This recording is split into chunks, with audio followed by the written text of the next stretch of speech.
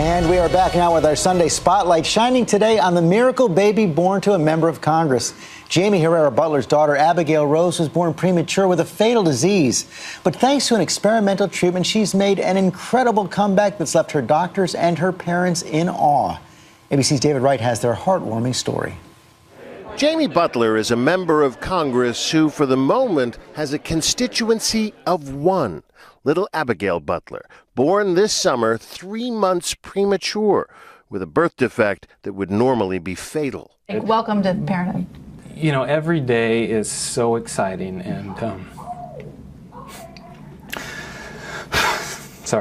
full of so much joy because we didn't think we'd ever be here. The Beutlers' world totally changed May 20th during what was supposed to be a routine pregnancy scan. And I could tell there was something kind of different.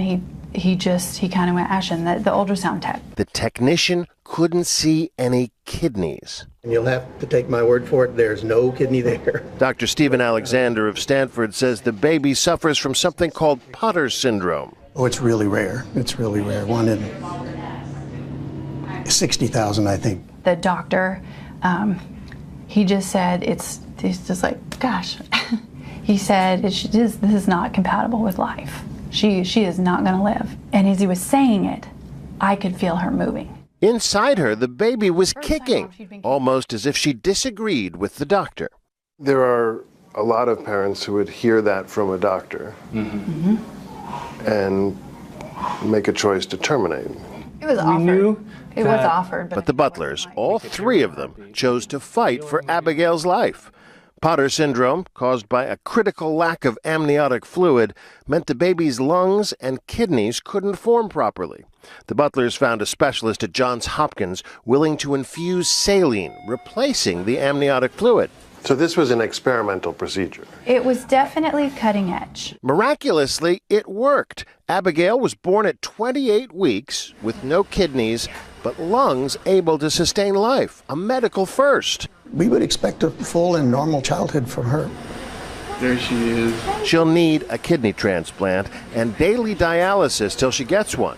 And she'll spend her first 6 months here at Lucille Packard Children's Hospital at Stanford. Stanford, Johns Hopkins, it takes a village. Oh, yeah. A very smart village. It does. The multi-million-dollar treatment plan covered by Medicare and the Congressional Health Plan. Now, you're not getting much of a maternity leave. I gather you're going back for the Syria vote? Yeah, I am. It's important. I'll still be here, though. Yeah. I'm very jealous. A miracle for Mom and Dad, and especially for little Abigail. For this week, David Wright, ABC News, Palo Alto. Love to see that little girl. And now we honor our fellow Americans who serve and sacrifice. This week, the Pentagon released the names of 2 service members killed in Afghanistan. And that is all for us today. Thanks for sharing part of your Sunday with us.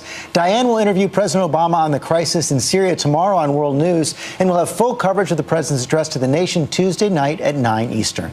I'll see you tomorrow on GMA.